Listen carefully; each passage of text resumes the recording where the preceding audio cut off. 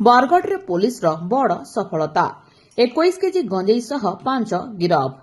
पश्चिम ओडिशार वाणिज्यिक पेंठस्थली बरगढ़ जिले में पुलिस को मिली एक बड़ सफलता।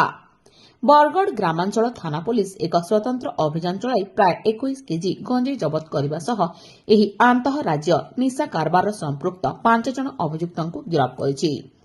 जबत निशा द्रव्यर आनुमानिक बजार मूल्य लक्षाधिक टंका हेबो बोली सूचना मिली।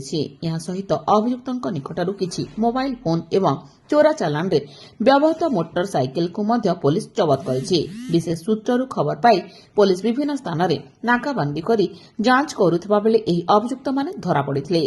प्राथमिक तदंतरू जणा पड़िछि जे एही गंजेई बाहर राज्य को चोरा चालान पई योजना करा जायथिला। गिरफ व्यक्ति माने एक सुसंगठित रैकेटर सदस्य बोली संदेह करा जाउछि। तेबे एही कारबारर मुख्य अभियुक्त को गिरफ्त करबा पई पुलिस निजर तदंत जारी रखिछि।